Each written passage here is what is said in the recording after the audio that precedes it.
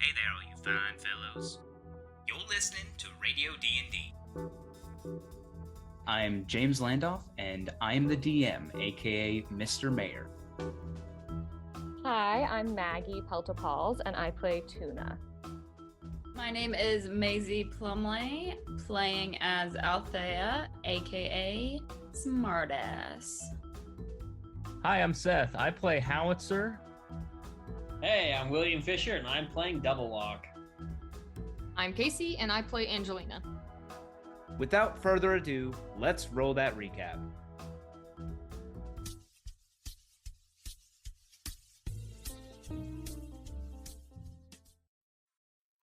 Hey there, all you fine fellows. You're listening to 98.3 The Drop.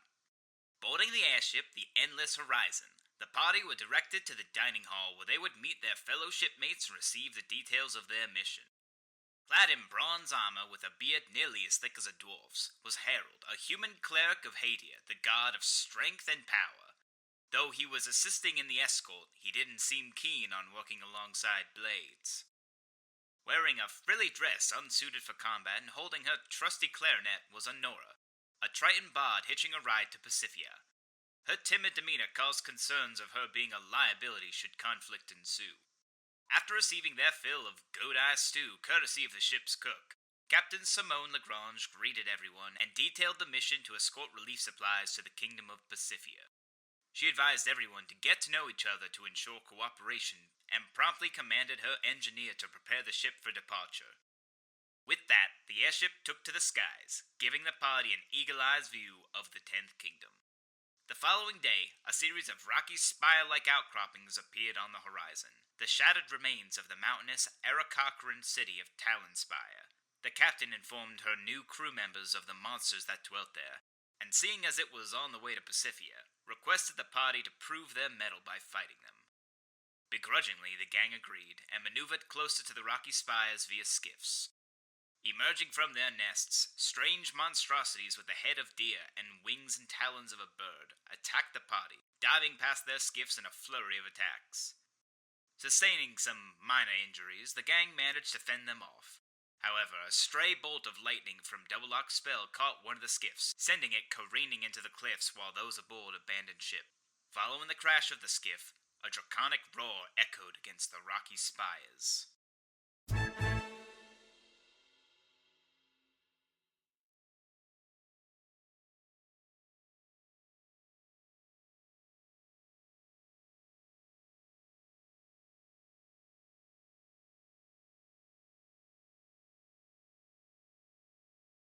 As soon as I switch you guys back over to... Are you going to say roll initiative? As soon as I switch you guys back over to the map, I'll need everyone to roll initiative. So could I understand what the shout was? So since you speak Draconic, you would know if it was speaking. Okay. This just sounds like a bestial roar. A guttural. Is that a red dragon? Oh gosh. Its upper appendages are just these massive, sort of tattered wings. It's got two clawed legs, and at the end of its tail, almost like a scorpion-like stinger at the end. It looks like a Charizard. Sure, yeah. Even from here, you can see that its skin is scarred and marred, and there's actually parts of its skin, as you see it glinting in the sunlight, that are reflective, almost like there's metal embedded in this thing. Its gaze fixates on the skiff and then sees Connor and Double Lock bobbing up and down in the water. So if you would, everyone roll initiative. So the first to act is Howitzer. So that thing's at the top of the mountain, right? Yeah, you saw it crawl out of where its nest would be, sort of nestled in between the rocks.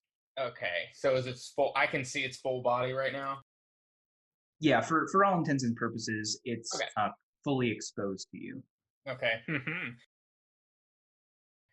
So while you were scrambling to help the Warforged get onto the skiff. Or I guess he's still dangling from the skiff. Yeah. Have you reloaded your gun yet? Oh, I don't remember. I'm sure I did. I don't remember. Let's say I did. I'm allowed to do that, right? Sure. Yeah, why not? Okay. I know I would have at least one because I've been doing that. Mhm. Where I would reload, so I know I at least have one. So I'm still holding on to the part of the rope, aren't I? You could tie it off on something, but that would take your action. Yes. Okay. I really want this Warforged on our side, so I'm And gonna he's not tie. against you. Well, I'm saying like I want, it's just another guy on our side to help us with this wyvern. So yeah, I'm gonna use one of my actions to tie that thing off, and I'm gonna holler down at him. Climb up now, you bucket of bolts. That brings it to Honora's turn. Yeah, so she like looks, and yeah, her eyes go wide when she sees this dragon-like creature. And I don't think there's actually anything she can do from this range. I think she can do this one more time. She's used cutting words twice, so she's going to give you Bardic Inspiration, Howitzer. She like looks at you and she's like, shoot it. Shoot it. Now, please. Very inspiring. Yes. And that's just her bonus action. She'll hold her action to cast a spell. So you see her like start playing her clarinet, and it's kind of this like trilly, wavering tone. And you see wisps of color and magic start to emanate from the bell. All right, E minor. All right, Yeah, they're Smartass. That's your turn. Short bow. Do you have a short bow or a long bow? I would have You both. have a short bow, I believe. How far does it go? Short bow has a range of up to 80 feet at normal, 320 feet at disadvantage. How far away am I? You are within your short range, so Let's could, hit his ass. 12 misses. You fire off your arrow, and it clatters against the rocks below. Doing. That brings it to the Wyvern's turn. Now it sees two tasty snacks just chilling in the water here. I'm gonna roll. Will, do you want high or low? I'll always take high. All right, so if it's a 1 through 10, it'll grab Connor. If it's any higher, he'll take you. I will scream. He's going after Connor. Connor! Oh So- no! The Wyvern flies, and you see it like a bird grabbing a fish out of water. It grabs Connor with its taloned claws. It needs to make an athletics check against Connor's dexterity. The Wyvern gets a 14. Let's see how Connor does. Connor. Oh, Okay. So it grabs him and starts flying him. Connor. And yeah, so it just grabs him in both of its legs. And you hear Connor like yell like, "Help! Oh god, it's got me!" Do you have a melee weapon prepared? Because it does enter your range and then exit. I do not, but I have Warcaster, so I can use my opportunity attack to cast a spell. Okay. The spell has to be a melee ranged spell. Has to be a melee ranged spell. Mm-hmm. At least from what I'm aware of. Well, let me see this real quick. Warcaster, I'm pretty sure it can just be any spell. When a hostile creature's movement provokes an opportunity attack from you, you can use your reaction to cast a spell at the creature rather than making an opportunity attack. Spell must have a casting time of 1 action and must target only that creature. Oh, so it does not need to be melee. Yeah, you can go ahead and cast whatever spell you want, as long as it's got a casting time of 1 action. I want to use Thorn Whip. If it's a large or smaller, does this classify as large? It is large, yep. Okay. I believe I am 5th level, so it does 2d6 damage. So first I need to see if it'll hit. 15 misses. All right. I tried. And you notice that the reason why it misses, your Thorn Whip tries to find purchase on something, but it glides off of the metal-like armor that's fused with this thing's skin. Oh. Okay. But that is its turn. Yeah, so it gets to the end and it just like throws Connor into the nest. You hear him like, "Oh God!" Are there baby dragons gonna come out of their eggs, Adam? You don't know. Oh no. All right, Tuna, that's your turn. The wyvern is still very much exposed, but Connor has disappeared from your sight. He's been thrown into the nest behind cover. So I'm gonna cast Hunter's Mark, and then I make a longbow attack. Yeah, I'll do that, even though I really need to heal myself, which I'm gonna have to do on the next turn. You get 2 longbow attacks. All right, Lego. So that's the first one. Okay, so you got a 25 and then a nat 1. The 25 hits, surprisingly. So, okay, wait, I have to read this again because when I hit, there's extra damage. An extra it's a one d6. 1d6, right? yeah. All right, so we'll start with this. All right, 5. And then 6. And then max on that. So you deal it 11 damage. Sweet. All right. Yeah, you see it like scrape across its neck.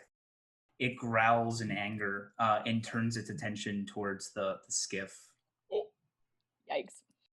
Double lock, that is your turn. So I'm in water. Mm-hmm. I guess I have to swim. Right.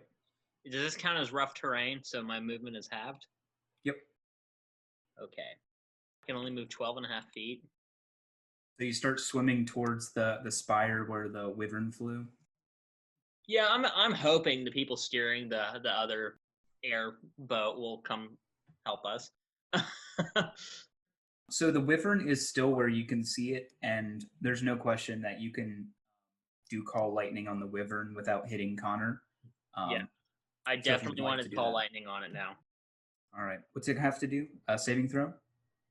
A dexterity saving throw, so it needs to pass a 13. All right, go ahead and roll your damage. Yeah, I'm casting at 3rd level. 15 doesn't hit, does it? Well, no, that's the damage. Oh, you're right. It gets a 19, so it takes half of your lightning damage. Mm-hmm. So, yeah, your lightning strikes the side of this spire. Rocks go scattering everywhere. It gets out of the way, but you can tell that this thing doesn't look very dexterous. Seems like, the bolt went a little wide. It's not storming out, is it? Nope. Clear sky. There is a cloud, though, that is formed due to the casting of your spell. Okay.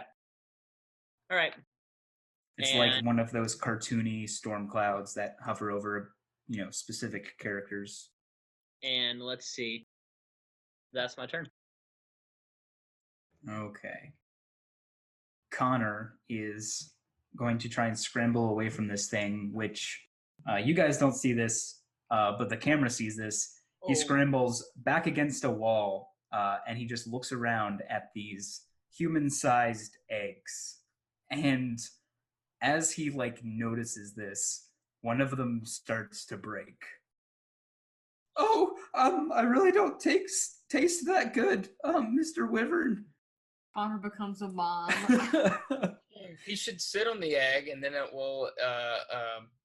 What's the thing called when the goose Imprint? Yes, Imprint on it. Yeah, could happen.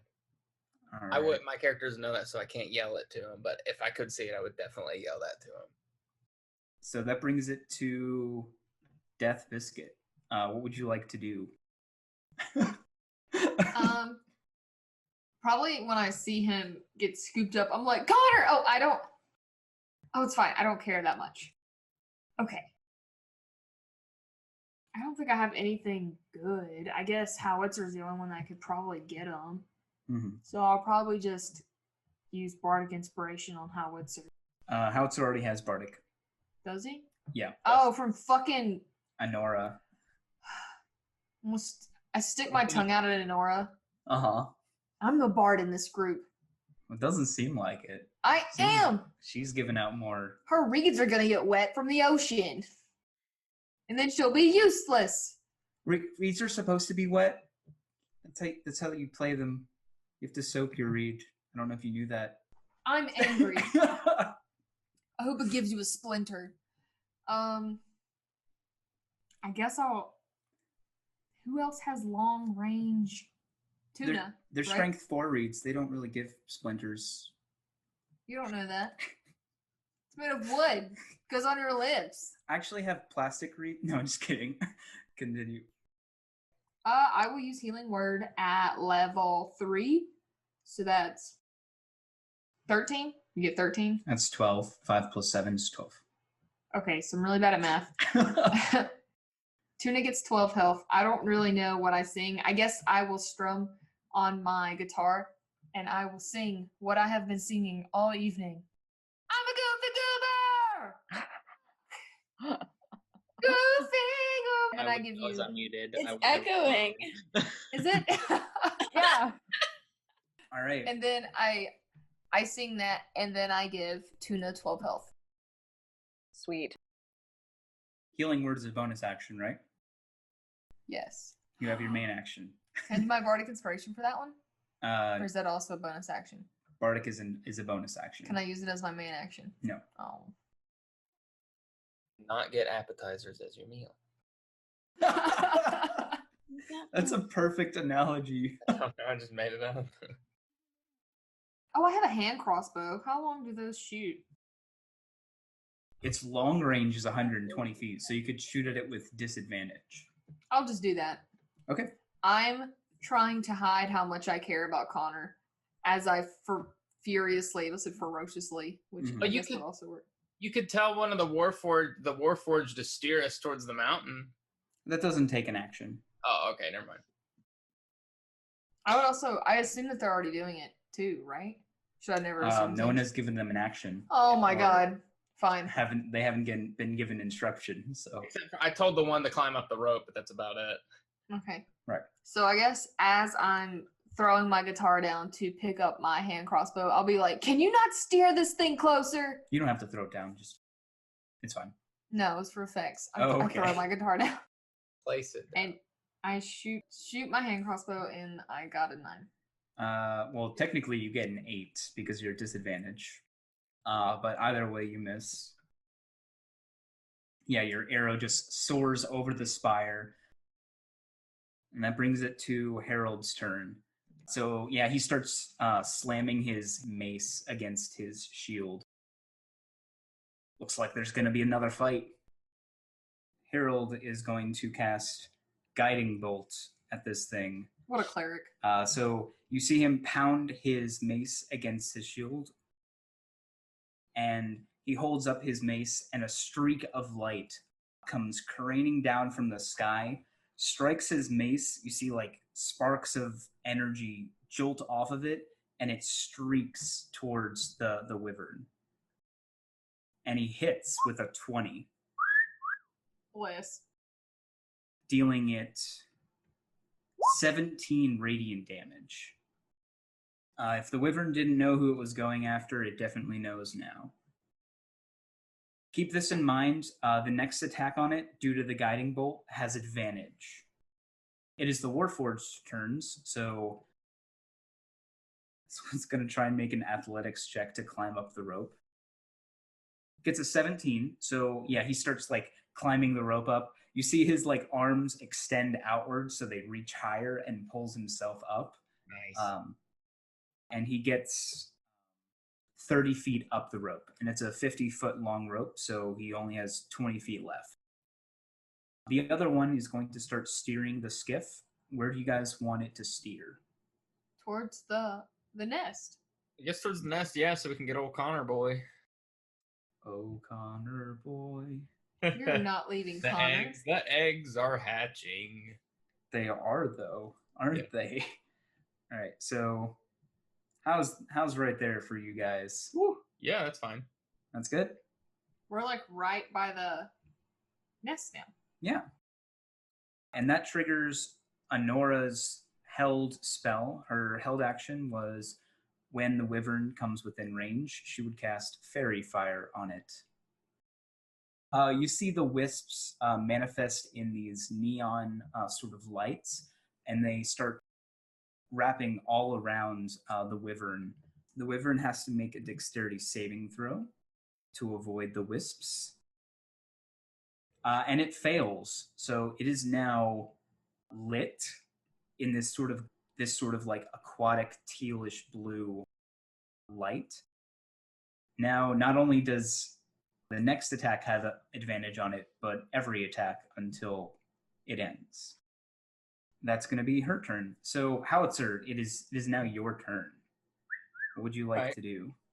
Well, you know how I be. How you be? Yeah, I'm gonna, stick my finger in my mouth, feel the wind, which direction it's going. It's going directly towards the wyvern, prime killing wind. I'm gonna lick my finger again and go, I do declare. All right, so I'm going to shoot at it with my gun now, right at its face. Oh my gosh, you crit. I feel like that was a great lead up to that crit too. Yeah, so I have mana bullet on, so my the blast from my gun does kind of a lightning thing. I'm trying to do the lightning trend here, and bolts and sparks fly out of it, and it goes. It like whirs up. Boink! And then I got 13 plus 11. All right, so that's a whopping 24 damage to this thing. Oh, and I say, smile, you son of a... And then I shoot. Good. Yeah, so it clips it on its wing. You see it take a heavy toll, but it's still looking raring to go. You can see that one of its eyes has been like scarred and this sort of like milky white, and you can vaguely see the outline of scars from some sort of saddle. Looks like this thing was ridden at one time. Howitzer, that was your first attack. Oh, okay. Well, I'm gonna be like, oh no, I'm out. I can't do anything. Just kidding. I have a clip of +1, so I can do it again, you friggin' idiots. Hand cannon. At it again. Right. Do it. Boom. Oh, I lost connection. But I got a 26, I swear, I promise. That's literally one away from another crit. I swear. All right. Yeah, I see it. Go ahead and roll your damage. 15 damage. Yeah. Oh, wait, no, the first one was 14. Oops, 14. Yeah, I hit it twice. 14. So you dealt it 38 damage in that round. It's still going, too. All right, so Honora is going to do Vicious Mockery at the beast. 14 wisdom save for the wyvern. It gets an 18, so it's completely okay. You hear her play like a discordant note on her clarinet, and it rings throughout the spires around you, but it doesn't seem to have any effect on the wyvern. Okay, Squidward, that was sharp. Could you play your clarinet a little? I feel like saying Squidward to someone who's a Triton is very, very insensitive. Oh no! I forgot she was a Triton. The hell is wrong with you? Oh my god. Yeah, so she kind of like gives you this dumbfounded look, like, did you actually say that, or am I just hearing what I think you would say? I didn't realize we were letting that actually happen. So, smartass, that brings it to your turn. What would you like to do? With an arrow. Why do I keep rolling shit? So even with advantage, your 14 misses. Your arrow clings off of a fracture of the metal embedded in it. You still have your bonus action, though it already has advantage against all attacks. I shall assist. You should say, "Don't shoot the metal." Who's next? Yeah. Good. Okay, I'm gonna give Tuna some advantage. So I've got my hunter's mark still, and I'm going to make another long bow attack. Wow, he's a lot closer. We've really moved. You have 2 attacks with your longbow at advantage. All right. 13 and 11 miss, clatters off of its armor. But that 22 will hit. Sweet. And then roll that d6 for Hunter's Mark. Another 11 damage. That brings it to the Wyvern's turn. Rip. Oh, lordy. It flies. Oh, no. Right in front of our. It's flying to the side of the skiff right now. And you can see it enraged. It goes to gnash down at you, Howitzer, with its bite attack. It misses with a 13. So yeah, it like bites at you, but you like knock it away with your metallic gun arm. And then from underneath it, you see its tail whip towards you. But I think a 16 misses you. Whew. Yeah, it misses. All right. I got 17 AC. Let's see. It used 30 movement to move there. So then it's going to fly away from you guys. Coward. It's Connor's turn. So the things start hatching. On his turn, they're gonna try and like take some bites at him. Are they cute at least? They're adorable. Aww. So these are -2 since they're babies. Let's see. Oh, one of them gets a nat 20. Oh that my one God. that one hits. It came out hungry. It did come out hungry. Big boy hungry. Ouch. All right, so it's only gonna do 2d6 -2 against him. So Connor takes 7 damage as these babies start trying to bite on him. Ah! Oh, guys, there's things in here. They're trying to eat me. Double Like- lock. That's your turn. How far down is he? Is he 50 feet down, you said? He's about level with the skiff, which is around 60 or 70 feet in the air. Okay, so he's at the top of this thing. That's not like a crater inside. And the thing is right at me. That's great. But you're right now like 60 feet below it. Okay, so it can't like make an opportunity attack against me, right? Correct. I'm gonna move closer to the skiff. Hopefully Okay. be rescued by my good old pals up there flying around. Okay. I am going to try and shoot this thing with some lightning for sure. It'll make that dex save. Go ahead and roll damage. Please be good. Passed its dex throw, so it takes 7 damage. And I still can't see Connor, correct? No, he's like 50 feet on this spire, like in the air. You're 50 feet below him. Eesh. So maybe our rope is close enough to you, Double Lock, if it's 50-foot rope. Yep, the rope is resting like right at the water. I want to grab the rope. I've already used my movement, so I can't like climb up it right now. The rope is still currently 15 feet away from you. Oh, dang. Okay. Yeah, so I can't do that yet. Trying to think if there's anything I can do with the bonus action, but I don't think that there is. Yeah, that's all I can do this turn. Casey, that's your turn. I can see Connor from here because he's level. Yep. Okay. I'm gonna yell, You better not die, you idiot! And I'm gonna cast Healing Word. What's the range of healing word? 60 feet. All right, he's 38 feet away, so yeah, no problem. I will cast it at level 3 as well. Okay. 11. And that puts him 2 away from max health. Look at me.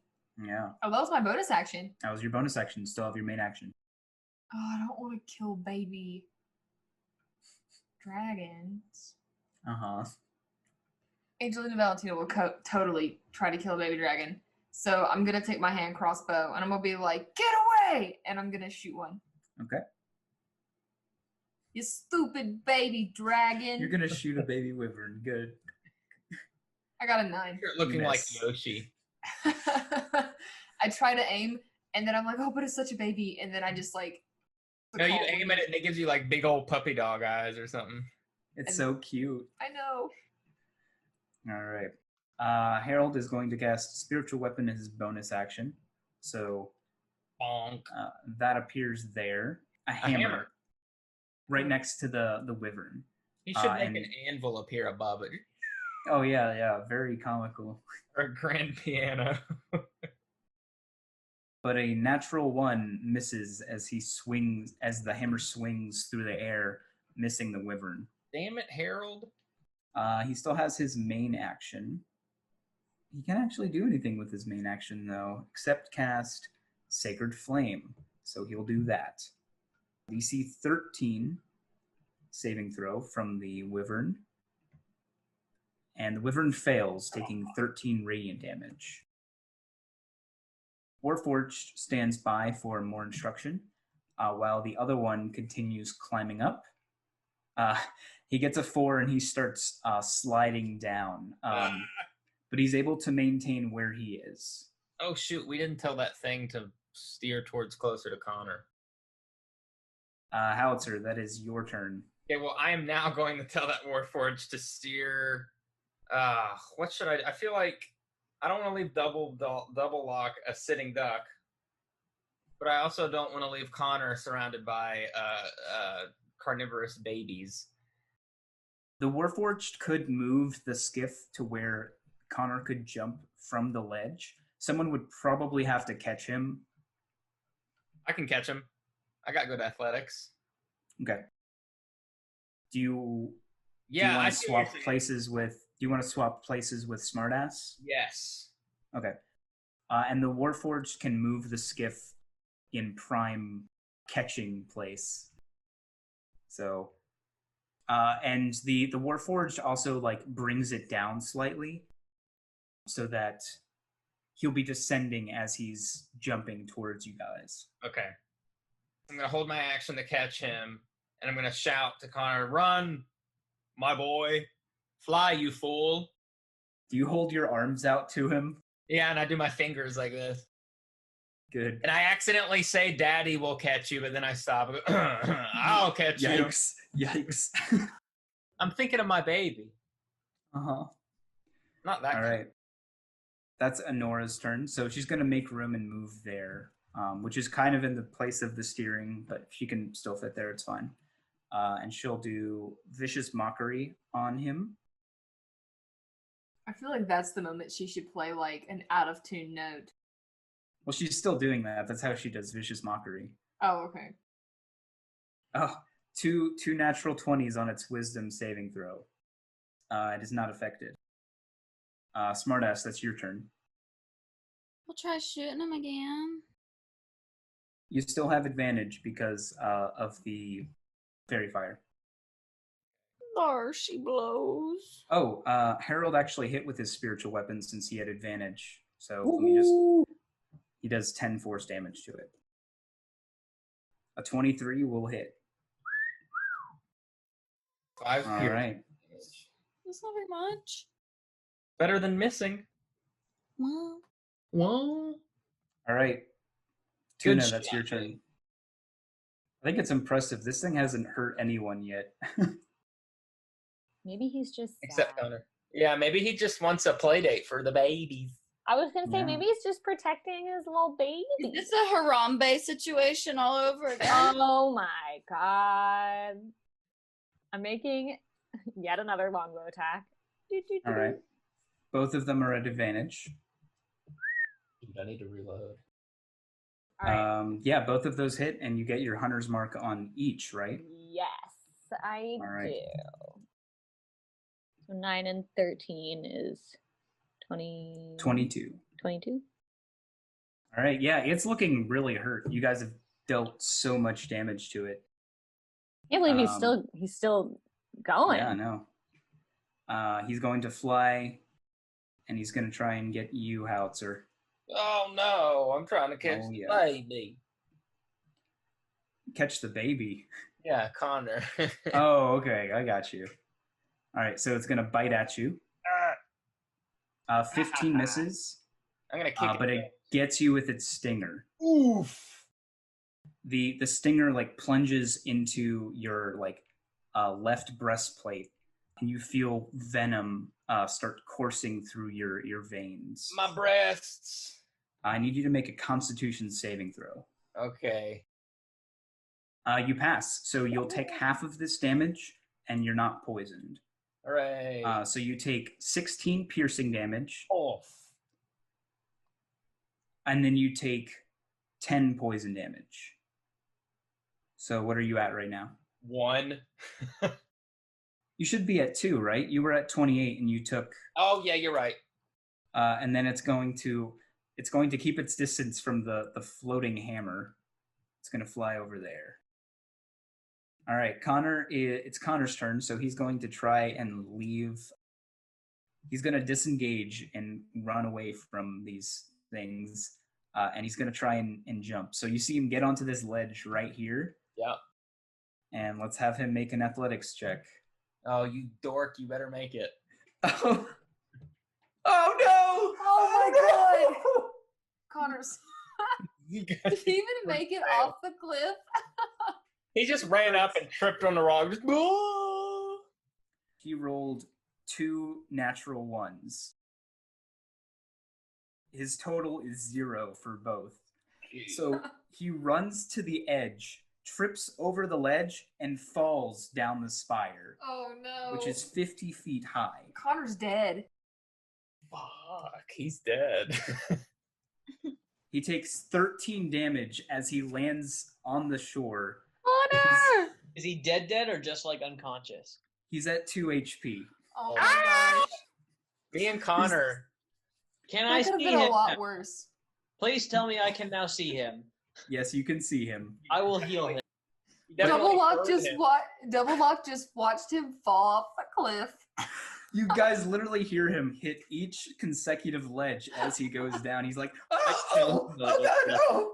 That didn't look good. Oof. But yeah, he like lands on a rock on the ground. He's like, oh, I'm very hurt right now. You and me both, buddy. Oh my god. Oh man. I'm gonna shout down at him like, "We're coming to get you." Double Lock, that's your turn. Yeah, so I'm gonna first use my bonus action to use finally Healing Word. And I'm going to cast this actually gonna cast it at 2nd level. So he Connor's takes just a liability at this point. Yes. He heals 9. And then I'm going to use Call Lightning at the Wyvern. Okay.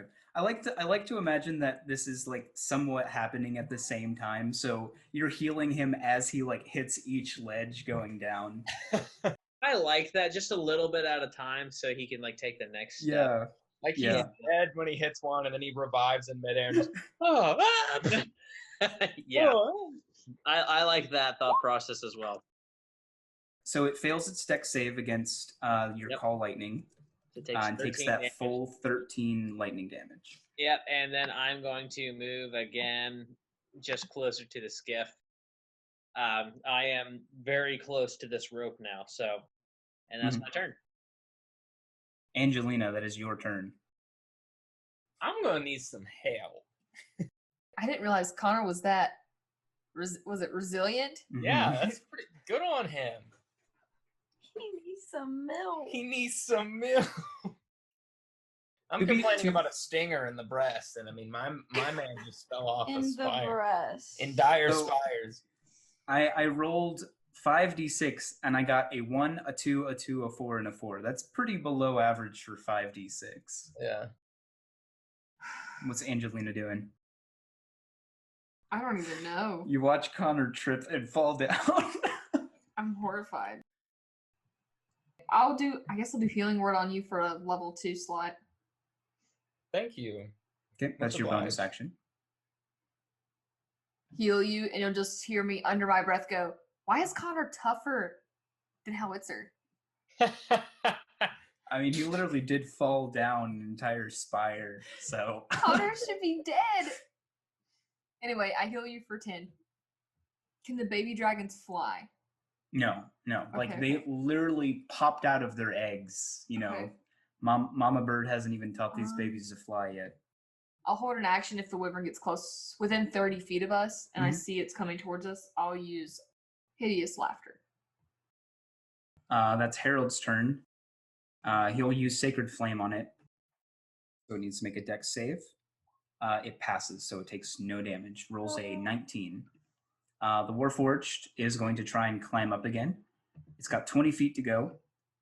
No problem. He's able to get on top, and he clings to the side so that he can make room for double lock. Howitzer, that brings it to you. Well, I had to reload, so I will reload.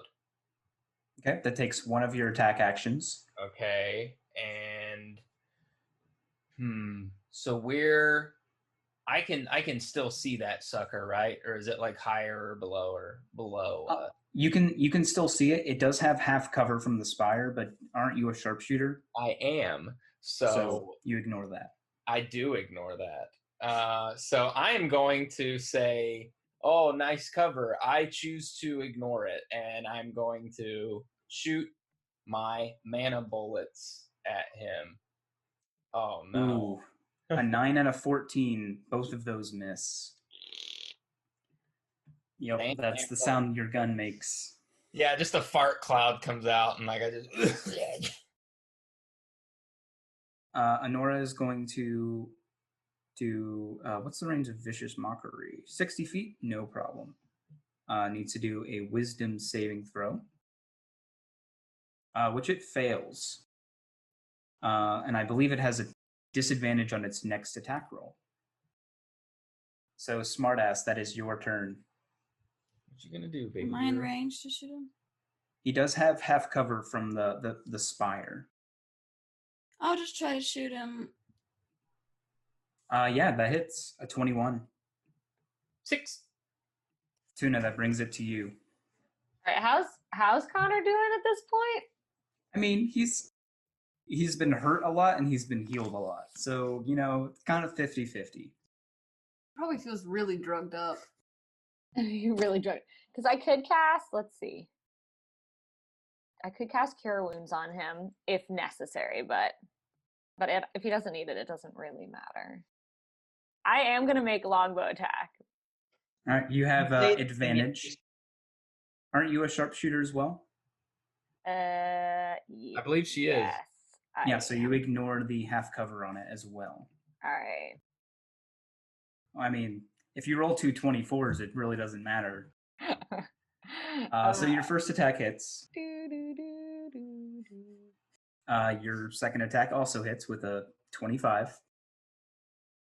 So 9 damage plus another 5, and then roll 2d6 for Hunter's Mark. A solid 24 damage. Oh my god.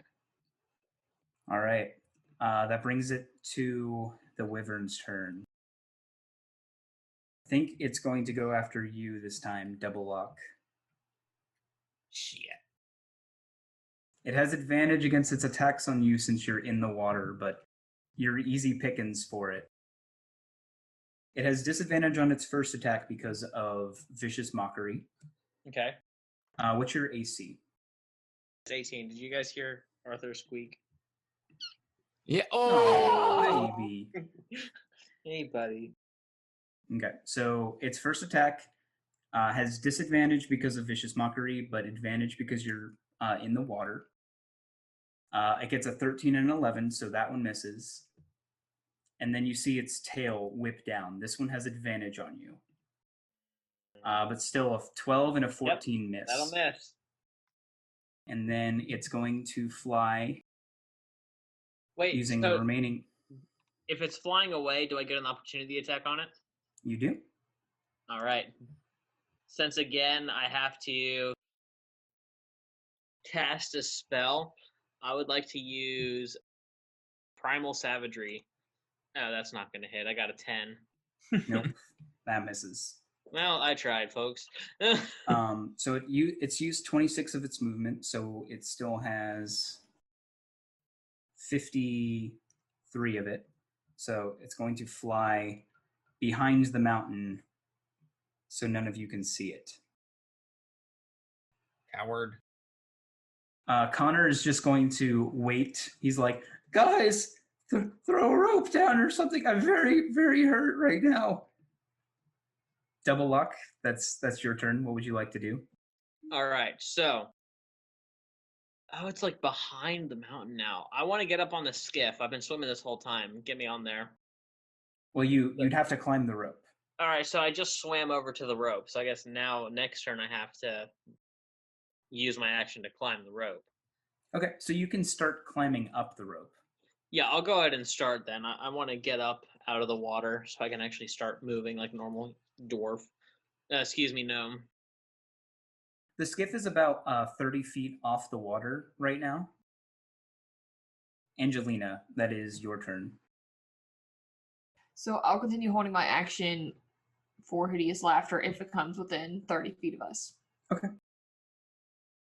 Harold is going to, let's see, he'll heal you, Howitzer, because you took a hefty amount of damage from that.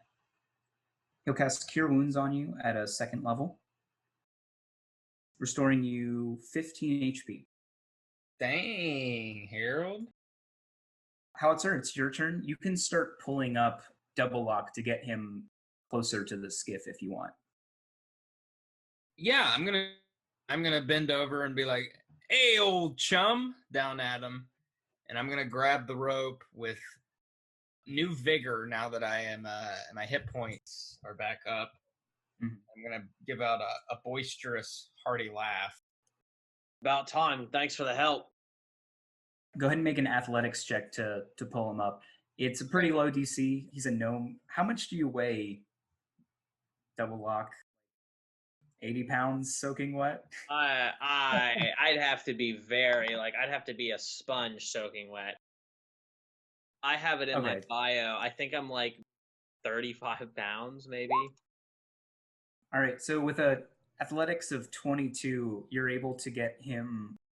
You just start like yanking him up, and you get him up onto the skiff.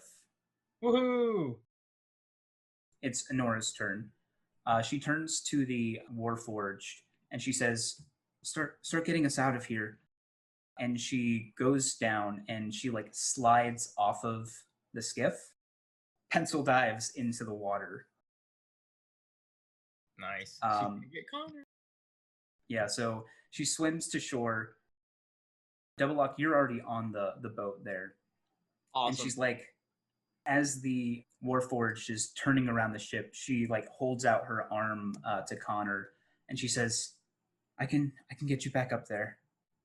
And he's like, "Wait, what are you?" And as she like takes his hand, there's like a popping sound as both of them appear on the skiff.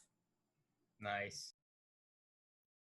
The Warforged begins driving the skiff away, and you can see like the whipping of the Wyvern's tail as it disappears back into the Spire crevice. At least they still have their mommy. And we didn't kill any babies. So we see this from the perspective of Captain Simone. She's watching as you guys fight the Pterodons, or whatever they were, Peritons. She watches as you guys fight the Peritons, and she's like nodding. And then she sees the storm clouds begin to coalesce. She's nodding very, very slowly. She sees a lightning bolt strike one of the skiffs, smoke billowing out of one of the turbines as it slams into a spire. If a bird's face could be pale, her face would be very pale. And you just see her her taloned hand cover her face as Alfie and Ari both pat her on the shoulder like, it's okay. It's okay. That was my favorite skiff. Yeah, that was my favorite skiff. Yeah. But yeah, you guys, for the most part, are unscathed as you fly back to the main ship. I'd just like to point out that I did not, in fact, crash the other skiff. So if she asks, it was not me. Yeah, well, what's our story with the skiff? The Wyvern tore it down. But she saw. I was going to say, wasn't she watching the whole thing? I mean, you guys don't know how close she was watching, but the audience knows she was watching the whole thing. We could say, we could tell one of the Warforged to say it was it. If we roll a really good deception roll, could we, make her think what she saw wasn't exactly what she saw? Going to be a hard roll, but we'll see when we get there, I guess. Tell her it was the two shooters on the grassy knoll. I just don't want to get the bill for that. Oh, geez. So, Honora is making sure Connor's okay. She's looking at his scrapes from falling down the mountain, and he's like, they don't actually, hurt that much. It's kind of cool looking, right? Hey, Connor's macking. Judging by the fall sounded, she should be looking at his bones coming out of his skin. That's probably the most beat up Connor's ever been. Mm-hmm. Well, don't show your mom because she's gonna get really angry. Yeah, we'll say, she'll be like, what happened to my skiff? And we'll say, look what happened to our boy. Look what happened to our intern. Yeah, so Honora's looking at his scrapes, and she's like, wow, are you sure? That looks like it hurts really bad. Is this bitch fucking hit it on Connor? I'm gonna slap Connor on the back and be like, nah. Connor's one tough old bird. He's tougher than woodpecker lips. I mean, I'm not tough enough to cast spells like that. And Honora, what spell is that? Just whatever I learned in college place. Oh, that wasn't. It was a teleportation spell, right? I actually don't like teleportation at all. Connor throws up. There's that whole thing with you don't actually know if it's you on the other end. Could be some facsimile, or I'm sure you know this. You learned the spell and everything. What the fuck? I like how she just saved him and he's questioning her methods. Yeah, Connor, what did you learn at college? How to change colors? No, I learned stuff regarding the mind, but everyone knows the basics of most magic, and the worry about teleportation is that, well, you can lose parts of yourself in transit, so to speak. Better check all your toes. Yeah, you would count all your digits. Well, no, it's the material part is completely okay. It's your personality and stuff that you have to worry about. Is that why you sound more whiny? Fucking weird. You say that out loud. No. Tuna, you teleported with Honora, right? Yes. You make a intelligence saving throw for me. Oh, fuck. She's gonna try to eat us now. 6. So, Tuna, I want you to give us a memory of something in your past. It can be whatever you want. A very minor, small memory. A very minor, small memory of anything? Anything at all.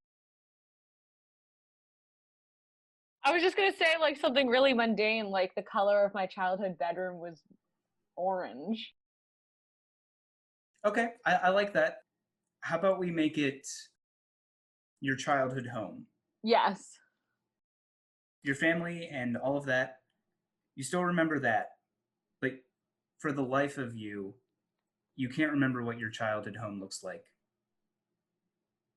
And maybe you don't realize that now, but that memory is taken from you. Dun dun dun. Now Shit. Connor doesn't remember algebra. You guys don't know what he forgets. Hopefully, if we smell something, we know he forgot how to use the Do you guys want to see the intelligence saving throw for him though? Sure. Yes. He's fine. All right. I mean, you guys wouldn't know either way, but he's fine. So yeah, Angelina, you see like Connor talking a lot to Tuna. Do you do anything? To Tuna? Or do you do or say anything? Talking a lot to Tuna? You mean Honora? Or not Tuna, Honora. Wow, I can't believe you confused two Tritons. Yeah, I know, what's right? wrong with you? Jeez, wow. First you call her Squidward, and then you do this? Casey called her Squidward. Casey. That was not me. How high is the skiff? It's increasing in altitude. It's rejoining the altitude of the endless horizon. You're probably about 200 feet in the air right now. Oh, so I can't knock her off. I mean, she's wearing a life vest. How close is she to the edge? She's like right in prime push-in place, and so she's no just more. her back is turned to you as she's like talking to Connor. I'm gonna act like I'm walking by and like I trip and I accidentally hit her off. You can Okay. just teleport back. It doesn't Wait, matter. I do who it. exactly are you pushing off? I missed Honora. that one. Honora. Wait, why? You're So, I want to basically my character is Angelica, not Angelica. Angelica. Helga Helga from Pataki. Hey Arnold. Helga G. Pataki. You remember her name? Yep. Anyway, I'm gonna act like I'm walking by to talk to Can you see how big the skiff is? yes. This is a crowded skiff. I'm It would not be, I guess, unlikely. that someone accidentally bumped into someone and pushed them off. So no more. I'm gonna But you act do like have to make your way through other people. yeah, I'm gonna try to go talk to the tuna. Would Okay. I notice her doing anything fishy? Let's have you explain to me first what you're doing. This is so stupid. Are you gonna make a performance check? It's probably going to be deception, depending on how you tell me you're doing it. Well, I wanted to walk by and be like, "Hey, tuna," and then like act like I'm falling. Okay, you're acting like you're falling. I'm tripping, and then I trip into her and knock her off. Okay, That would be performance. Complex. it's going to be 2 rolls. Why? It's going to be athletics to push her off, but it's also going to be deception to lie about it. Make Would those 2 everybody rolls. hate me if I? Everybody would hate me. If you do well on your deception check, you can have advantage on your athletics. So do your deception check first. You know why not? You're not gonna tell me what I need. Nope. Is everybody gonna have to roll against it? Those who are paying attention will. I'm right beside her, so I feel like I would see. You know, whatever. Okay, yeah, roll deception. 25. Oof, 25. I want this bitch overboard. Jeez. Oh man, yeah. Okay, so Anyone- why do we have to roll against that? It would be insight. I'm gonna try. Just to see that we know what she's doing. Mm-hmm. So I'm gonna see her shifting around and wringing her fingers, but I'm not gonna know what's up. So Yep. I'm All right. fully on board with this. Go ahead. I see nothing. I just think she maybe has to pee. I would All assume right. that since I'm talking to Connor, I'm not really paying attention. Honora doesn't get an insight check because she's facing away from you. So go ahead and make that athletics check. You have advantage. 12. I'm gonna say that's enough to knock her over. Oh my god. Hey, tuna! And I'm gonna start kind of nudging over and be like, huh? Oh no! And then I fall into her. Okay. Oh no, Honora, I'm so sorry. Yeah, so she like, throws her arms, she like backpedals, and you see her tip over the edge. She's like, "What?" And you see her slide down the skiff. As she slides down, I want to like crawl my way to the end and be like, Honora, oh my gosh. Yeah, so you like try and grab her, and she like reaches for you. Where are you trying to grab Hunter, or are you not actually trying to grab I'm like her? reaching my hands out a little, but not enough to like fully grab her. So not even to touch her at all. I mean, I'm reaching out to touch her, Right. but I'm going really slow, so that by the time my by the time my arm fully extends, she is away from me. Okay. You go to fake grab her, but she falls off the skiff. Everyone, you see her like life jacket open up as like a parachute. She starts to like glide down. It's okay. I had my life jacket. I'm so glad your life jacket still worked. Me too. just me too. So now we gotta Nonsense. get her ass. Someone can easily toss down a rope to get her. I'm gonna say something like, "You freaking klutz." I'm gonna grab the rope and I'm gonna try to lasso it like out to Honora while she's floating down. Yep, no problem. I mean, she's literally directly adjacent to the skiff, so you just have to toss the rope down and she can grab it. Yeah. So yeah, she grabs it and you start pulling her back up. Also, and, I still have my quads on, so I feel like that just added to me falling. Never take your quads off. But yeah, Angelina, now you have a standing spot next to Connor. And he's kind of like looking concerned down over the edge of the skiff as Howitzer pulls her back up. Connor, did none of your bones break? Yeah, so when you say that, he's completely distracted from Honora. He's like, "Oh, I think a lot of my bones actually broke, but it's fine. I'm okay. Wasn't that big a deal." I'm gonna like kind of hear this as I'm right there, and I'm gonna kind of. Would I be able to put two and two together that this was maybe on purpose? You rolled an 11 on your insight with a deception of. It's true. I had no deception idea. of 25. Okay. So yeah, I'm just gonna keep pulling her in, I guess. Because if I didn't know, I was gonna like pull her in and have her like float and hit her face, just like. Yep. Okay. Well, I don't know. Okay, so I'm just still pulling her up. Connor, I think you should at least sit down because you look really rough. Yeah, I mean, I guess I could, but it's really not that big a deal. He's acting so fucking. Hold on. You think you're so tough because you fell off a cliff? Is that why you're acting so tough? I mean, I'm not acting tough. He is tough. Connor, why don't you help me pull your girlfriend in here? Yeah, so you say girlfriend and his like face immediately like flushes. He's like, she's not my girlfriend. Walks over and starts like yanking up the rope. There's no difference in the. But I'm gonna be like, whoa, Connor, slow down. I can't keep up. I'm trying to gas Connor up. So I'm like, whoa, Connor, you're My God. give me some slack. It's hard to keep up with you pulling this rope in. So strong. What's funny is I'm actually not even trying that hard. Well, it's probably because she's floating and maybe, it's just a little easier.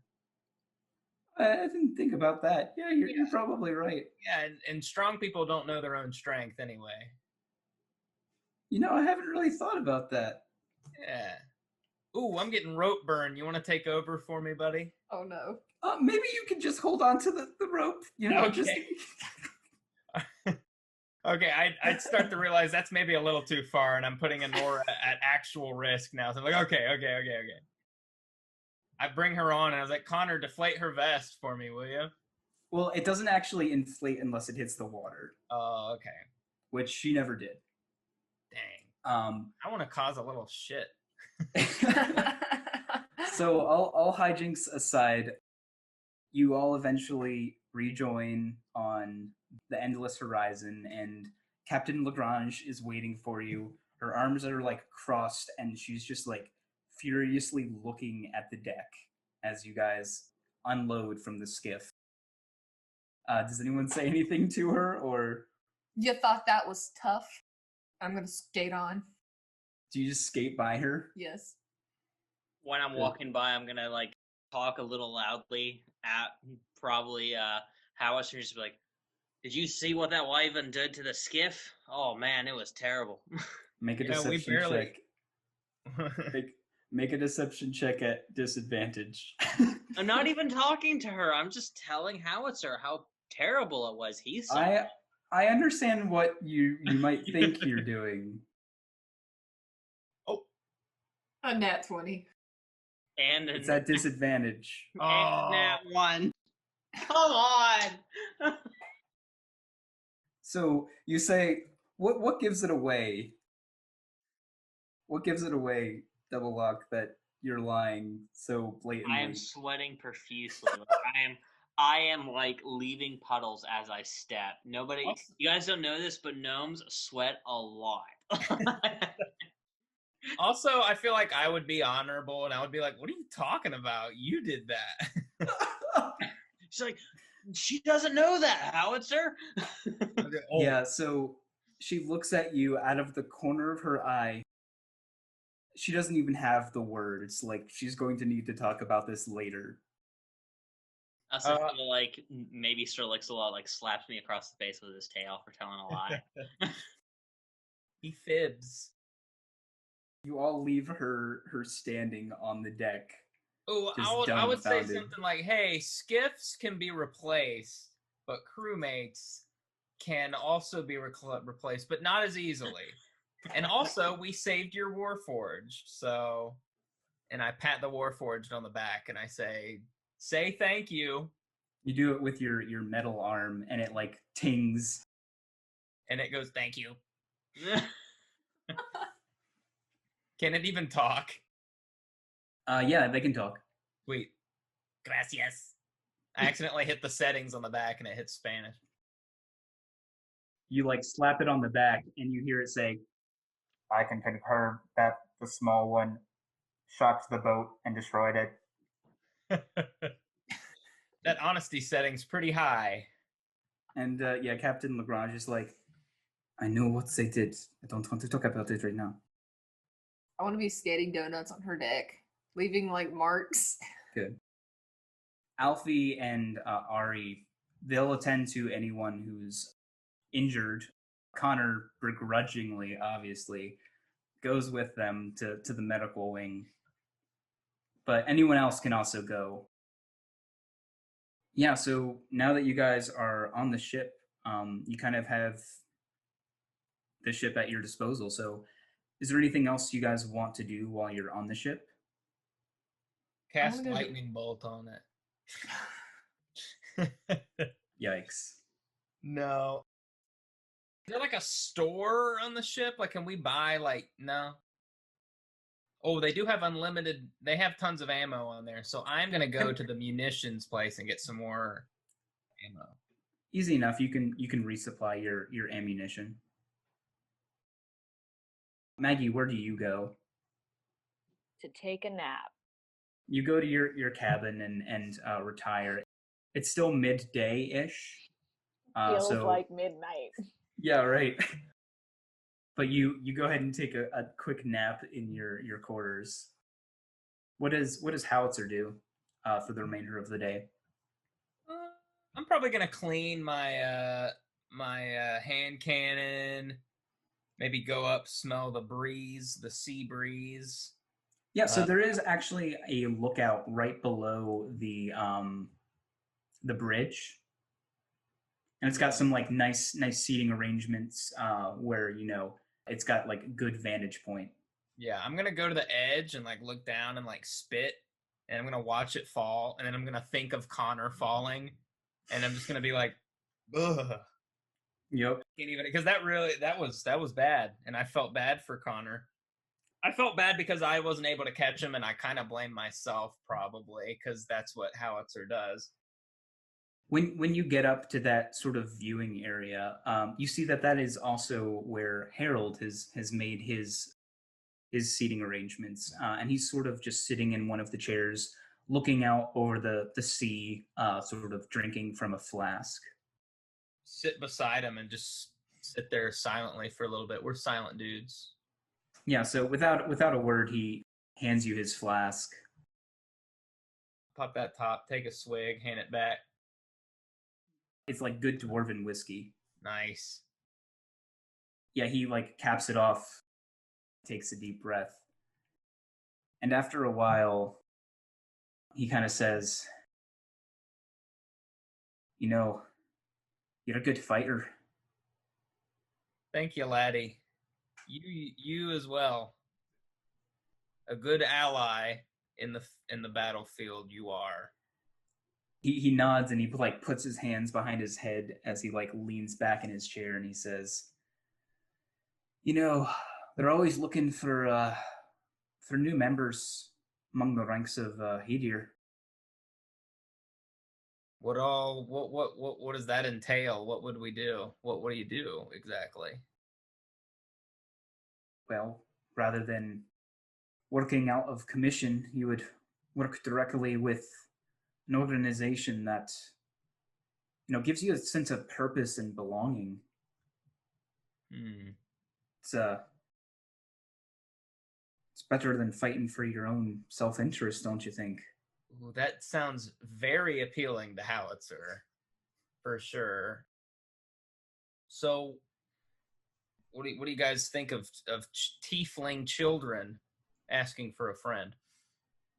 Yeah, you see his like face sour when you say tiefling. What do you mean by that exactly? Well, I'm gonna be honest with you, Harold. I'm kind of comfortable enough to tell him this because I know he's probably not gonna like it. But back during my old fighting days, I rescued a tiefling child from the axe, so to speak, and I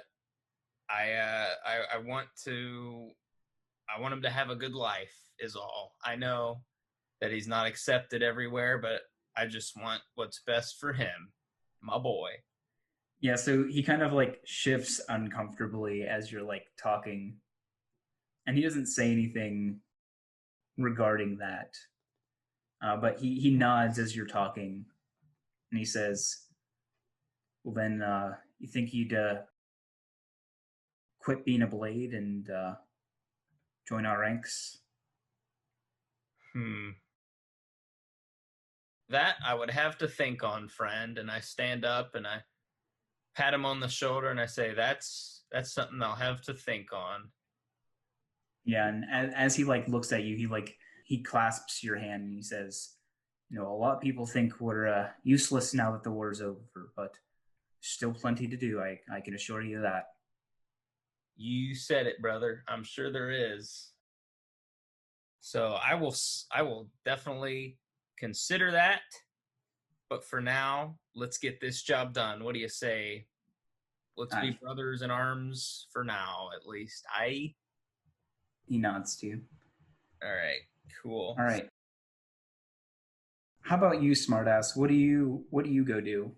I would probably be on that little deck area, like sunning my legs and reading a book. Sounds like something you would like. You're just doing what you would actually do. So you're just sunbathing as the deckhands like work around you. One of them comically with like a vacuum. One of them comically with a vacuum cleaner is like vacuuming under your lounge chair. Absolutely. What does Double Lock go to do? Double Lock feels bad about the skiff. He's probably going to go and try to figure out some kind of way to make it up. He's probably going to meditate. Or, he might sleep. He's had a long day. A lot of physical exertion, swimming and fighting a wyvern and climbing a rope, even with help, and getting called out on a lie. It was a lot. Okay. And how about Angelino? What does Death Biscuit go do? I thought about this. Uh-huh. I'm going to go check on Honora. Okay. So where do you go to find her? I guess her room? Okay, she's not there. She's in the fucking clinic with Connor. Okay. Are you gonna go to the clinic? Yeah. I'm gonna She's go to there. Okay. And even before you you get into the clinic, you can hear the sound of a clarinet being played. Could you make a? You're pretty good at these. Could you make a charisma saving roll? Is she gonna fucking charm me? Is she charming him? Make a charisma saving throw. I got an 11. Okay, and that is below her DC. No magical effects come over you, but you feel yourself stop dead in your tracks as you hear the melodic tune of the clarinet. It's beautiful, almost like serene in a way, and you can't help but like feel like one of your eyes start to water as you hear the sound of this. Wow, she's really good. I'll peek my head in. Okay.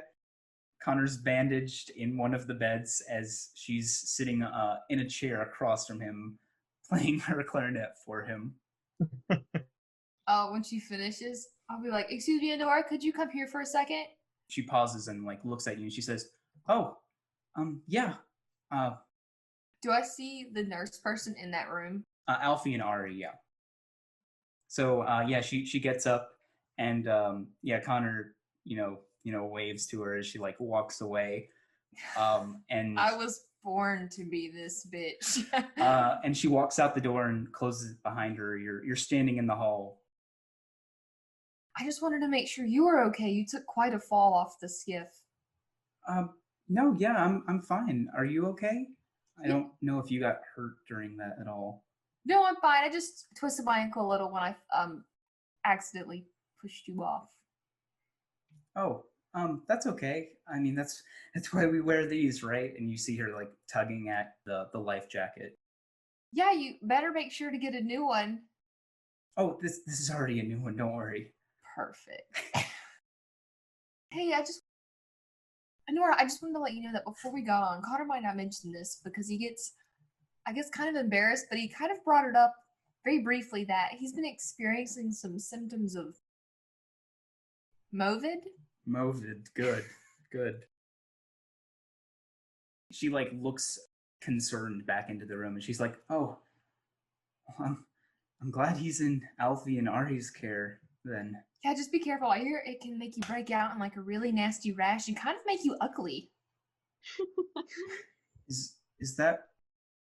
No, the rash is so bad, and I just wanted to let you know. I'm not sure if he's gotten it treated yet, but just kind of stay.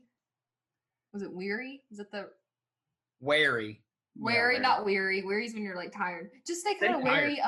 Also, I wouldn't bring it up just to Connor because I think he's kind of embarrassed. But I think once you leave, I'm sure he'll bring it up to Alfie and Ari if he's not already brought it up to them before.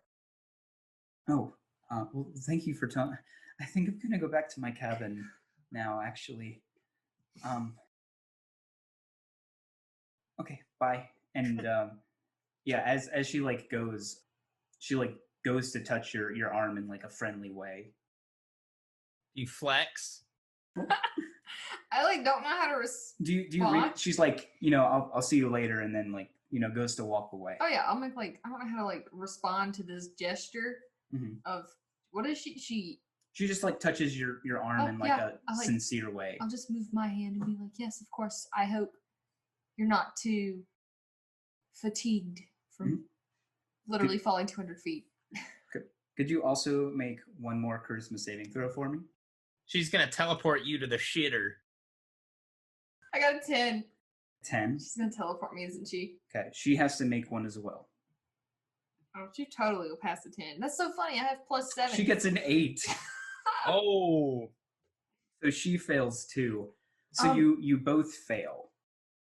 So as soon as she makes contact with you, your minds are taken somewhere else. Give me a memory before you became a blade or something like that. You guys see the Zap train fall off its rails and hit a wall. Okay. Do we see any TV screens? No, I'm in the Zap train. Okay. And you watch the Zap train fly off the rails and hit a wall.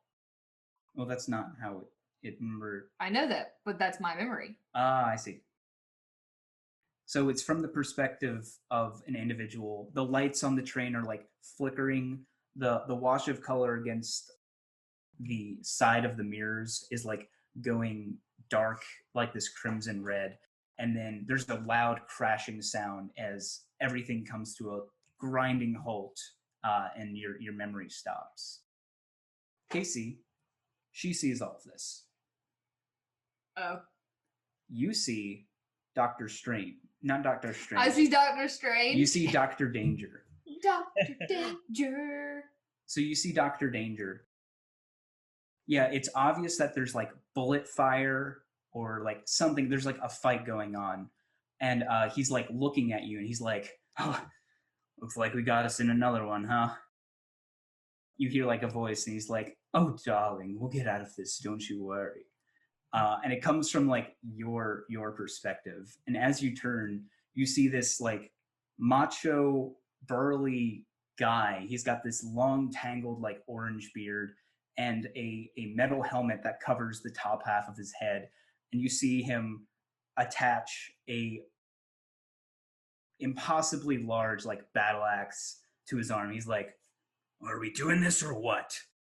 Dr. Danger, he says, I think it's danger time, baby. And with that, everyone like breaks through the wall in this like, Mission Impossible style. And that's the vision you get. And yeah, as you like come back to, you see like Honora blinking a couple of times and like looking around her surroundings. How do you know Dr. Danger? Doctor who? The guy that I just saw. That was Dr. Danger. He's a blade. I don't know what you're talking about. Did she not see it? You saw that. Yeah. You don't know what she saw. What did you do? What did you do? You touched me. I saw And then like a train crash. Oh. And I guess I'm just gonna move away. Yeah, so she like awkwardly like moves out of your way and like briskly walks down the hallway. Be like, what did that freak do? Damn, Connor has no idea what he's in the middle of. So do you go into the infirmary then? No, he's by himself. I'm happy. Okay. Good. I don't know how to interact with him, but that doesn't mean I don't want other women interacting with him. Bitches. Okay. I need a volunteer between Will and Maisie. One of you decide who. They both go. Not Maisie. Sorry. You're on the deck sunbathing. I forgot. Between Will and Maggie. Rock, paper, scissors? I'm so nervous. Sure. All right, ready? All right. Rock, paper, scissors, shoot. Jesus. We both did scissors. Rock, paper, scissors, shoot. I guess it's me. Unless you want to. I guess it's Maggie. Let's let Maggie pick. Do you want it to happen to you, or do you want it to happen to Will? Will. I also love your M&M pillow, by the way. Oh, thank you. I also have a Peep pillow here, too. Nice. All right. Let me have it, Mr. DM. So, Will, while you're trying to get some shut-eye, you hear a couple of hours later loud talking outside your door. Like, does it continually go on, or does it, like, stop after a couple minutes? Do you want to try and listen? I mean, when you ask, that makes me want to say yes. So, yeah. Yeah, right? Okay, make a perception check. I got a 7. Okay, so you're not able to discern any words, but it sounds like someone is pacing right in front of your door. That's what you get with a 7. That's annoying. I hear that because I have my pillow over my head trying to, muffle the words going to sleep, but it doesn't work. Okay. I'm going to get aggravated and go talk to him. Okay, so yeah, you throw open the door. What's the first thing you say? Boy, people are trying to sleep in here. Yeah, so you hear like a shrill sort of like ah. As you like look down, you see, or I guess she's your height. You see the gnome engineer, Louise. As you like throw the door open and say, "I'm trying to sleep," she's like, "There's nothing wrong with the engine, nothing at all." Well, And there's she's nothing like- wrong. That's good. and she's like Move on. frantically like fiddling with her fingers. She's like, well, hey, Hi. have you seen the captain around? No. Okay. Well, if you see her, just make sure she knows there's nothing wrong with the engine. Nothing at all. Okay? Why would she need to know that there's nothing wrong with the engine? Because there's nothing wrong with the engine, of course. Yeah. Then why would we need to tell her that there's nothing wrong with the engine? Because she's the captain and she deserves to know if something's wrong with the engine, right? So we should tell her when there's things that are not wrong with the engine, right? No. Okay, well, just let her know if you see her that there's nothing wrong with the engine at all, okay? All right. Who are you? I'm the engineer. All right. So, what's wrong with the engine that we should tell the captain that there's nothing wrong with it? You're not listening to what I'm saying. There's nothing wrong with the engine, okay? And if the captain asks, there's nothing wrong with the engine. So why are you stomping outside my door? This is my thinking space. I think here. I have to go. Tend to the engine and all that, and make sure there's nothing wrong with the engine. Okay, bye. And she like scurries down the hall. Strange woman. All right. Does it feel like there's anything wrong with the ship? You haven't noticed anything. All right, then I'm probably going to go back to sleep. Okay. It's something I'll remember. There's nothing wrong with the engine. I mean, do you want to make an insight check against her? I'll make an insight check against it, and if I roll terribly, then I'm going to believe her 100%. I think James is stressing right now. He's like, the ship's gonna go down in their sleep and everybody's gonna die. I got a 12. Okay, so what you get from her, she's very anxious, obviously. She mentioned there's nothing wrong with the engine numerous times. Right. So maybe there's something wrong with the engine. All right. If I know that there's something wrong with the engine, I'll go tell the captain. So begrudgingly, you leave your cabin. Do you go get any of your friends to talk? Because I don't think you're in the best, standing with her right now. So I actually kind of want to go alone. I might have destroyed one of the skiffs, but if I tell her that her current ship broken that she can maybe do something about, maybe that'll put me in a better light. okay. She might think you did it. I was asleep and I have a witness. 2. All right. So you go to her cabin door, and it's like about to enter the principal's office. You knock on the door. I'd like to, before I knock, I just kind of like to stand inside the door and just be like, oh, this is a great idea. And then I knock. Please come in. You open the door. You see this grand cabin. There's pictures all along the walls. One is of her with another Aarakocra and what looks like a red sort of biplane. There's another that shows what looks like the first plane ever made, and she's like standing with two short little gnome-sized people, and she's like scribbling at her desk as she like looks up, sees that it's you, and puts down her pen, folds her talons on her desk. You can come in. Hi, Captain. Look, I'm sorry about the skiff.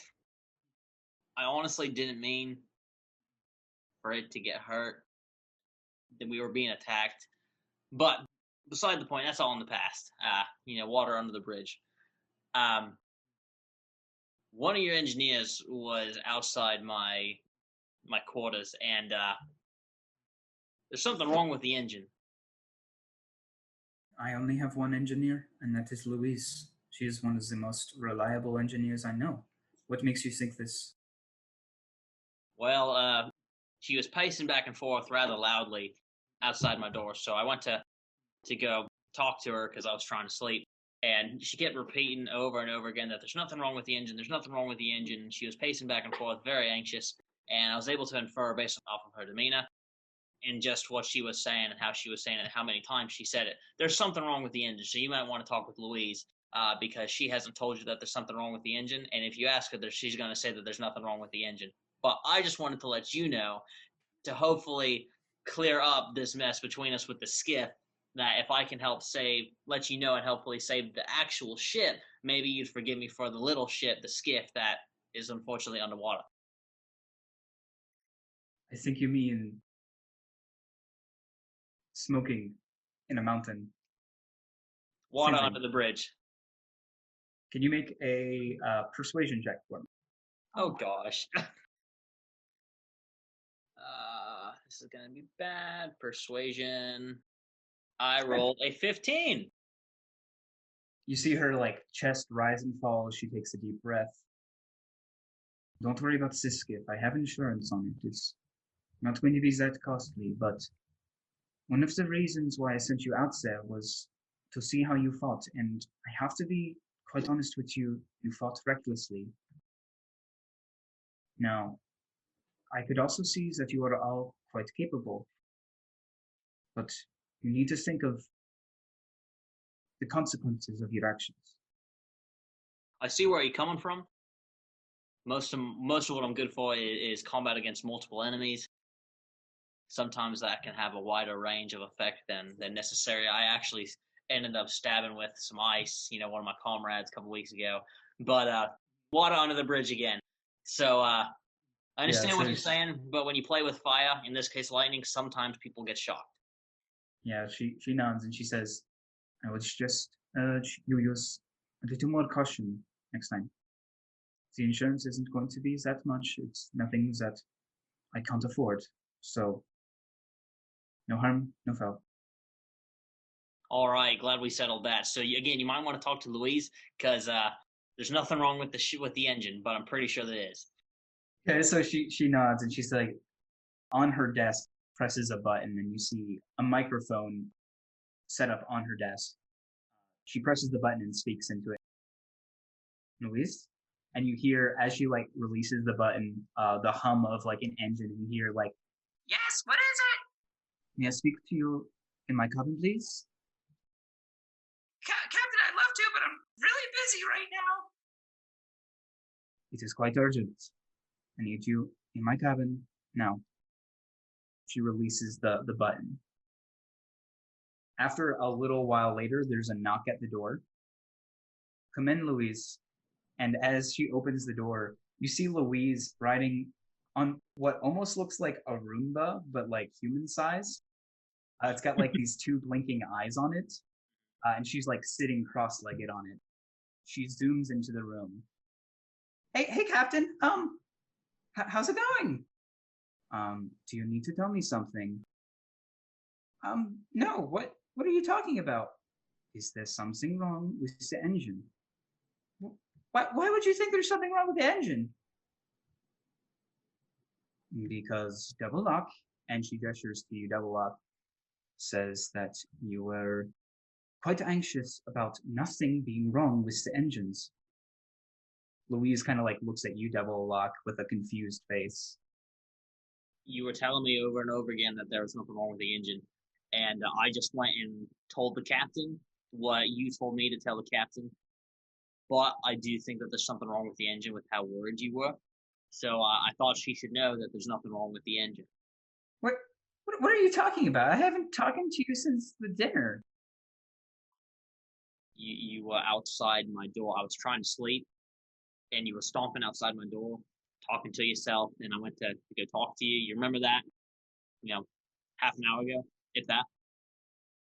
No, not at all. But if you want to see the engine, and as she says that, the Roomba device like does a 360, and she's like, "I can show you the engine," and she starts like zooming out of the room.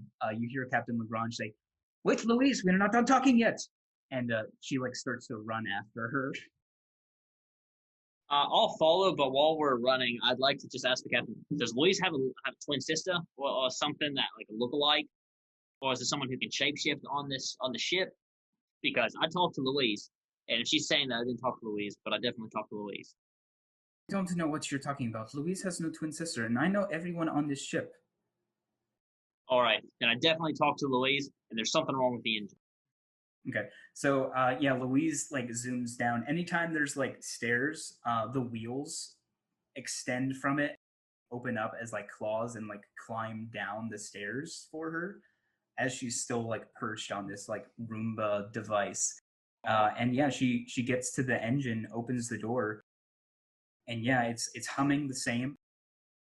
She starts going through all of the diagnostics, and she's like, and the Flurlygig here, it's operating at maximum capacity. Louise, I don't understand anything to do with engineering. That is why you are my engineer. Okay? If there is something wrong with the engine, you need to tell me what is wrong. Nothing's wrong. Why would you think there's something wrong? Listen, I have to get back to work. Captain. Louise, you give me migraines sometimes. Migraines. You give me headaches. Headaches! She like shakes her head and she says, I will be in my cabin. And she walks away. And Double Lock, you're just left standing there in the door. Louise is like tinkering with like 1,000 things. There's like 1,000 knobs and dials. There's like a whistle for some reason. Louise, we clearly spoke, and you were telling me that there was nothing wrong with the engine, but there clearly was something wrong with the engine. What is going on? I really don't know what happened. I don't know what you're talking about. I know that I want to make an insight check on this. Either she's lying and she's really good, or I didn't actually talk to her. Yeah, make an insight check. I got a 15. So with a 15, you get the sense she's telling you the truth. With a 15, you get the sense she's telling you the truth. All right, I'm going to go back to bed. Clearly, I'm tired. It's been a long day. And as old Lixie's missed his nightly Brussels sprout, I got to get that from the cook. I'm going to bed. All right. So does anyone like talk to each other before bed, or do you just all meet at dinner? I would probably go take a nap after. Well, actually, no. I'm gonna go tell Tuna. I'm gonna go talk to Tuna. Yes, I want to go talk to Tuna. So Tuna, you hear like a knocking at your door. I'm like Tuna? still half asleep. Something weird happened, Tuna. Oh, how weird? Like, can't wait till dinner weird, or like can totally wait till dinner? Can I come in? And I get up and I like switch on the light. And I'm like, yeah. Tuna's in like decked out PJs. They're matching. It's a matching set. Ooh, nice. Okay, I'll open the door and then I will close it behind me and I'll be like, so I was talking to Honora and she touched me and this weird vision thing happened and I saw Dr. Danger. That's weird. I know. I wonder if it has something to do with. Do we know what her past is? We just know she's trying to go get her parents. Right? You know she's from the college place. I don't know. I just think that's weird that she knows Dr. Danger and she's not a Blade. Was this worth coming to get you up? Probably not. But I'm spooked because why would I see one of her memories? She was pretty cagey when I talked to her. I'm just gonna start a I Hate Honora fan club. There's definitely some things we don't know about her. Yeah, maybe she has a double life. Oh, sorry, I'm not there. Howitzer just walks It's like, in. wait, did I hear something? Did you hear We heard him. something? Was that Howitzer through the wall? It's like in those movies where it's like traveling through the air vent. Howitzer, you can be there if you want. You know, just walking through the halls. Maybe I can hear it through the vent, and I don't want them to know I'm listening, but then I kind of give it away, so I'm just... Make a luck check. Go ahead, roll a d20. See if there's some arbitrary vent that you can hear this conversation through. Okay. I'm gonna say 17 or higher. Okay, 13. No, there's no vent, so you don't hear the conversation. Okay, I'm just like... I'm tossing in my sleep. I'm having like we don't even know who she is. All right, continue your conversation, guys. Well, I just Where got are we? spooked, and I just wanted to talk to somebody about it because it was really weird. It was like she tried to do something and then it failed, and then I saw Dr. Danger. I don't think that we should let on that we have suspicions about her. You know, I think that's a good idea. we could be her friend, and that would be maybe more productive. I think that's a great idea. I'm gonna be best friends with Nora now. I think we need to change your strategy. Aggressive friendship for the purposes of information. Does Tuna know I pushed her off on purpose? Do you want to make a retroactive insight check? I don't think I know, but I will, because I was like talking to Connor, so if I noticed, it wouldn't have been something I put together until later. Okay, yeah. Why do I always sing the fucking Jurassic Park theme song when I go to my character sheet? What's the deal? Wow, I'm kicking acid. Yeah, against her 25 deception from earlier, your 5 doesn't do it. All right, well, I was just really spooked. I guess I'll just see you at dinner. We should totally invite her to sit with us. Yes, we should. I think that is an excellent idea. I think she might be wary of being near Connor, and I'm gonna just walk out.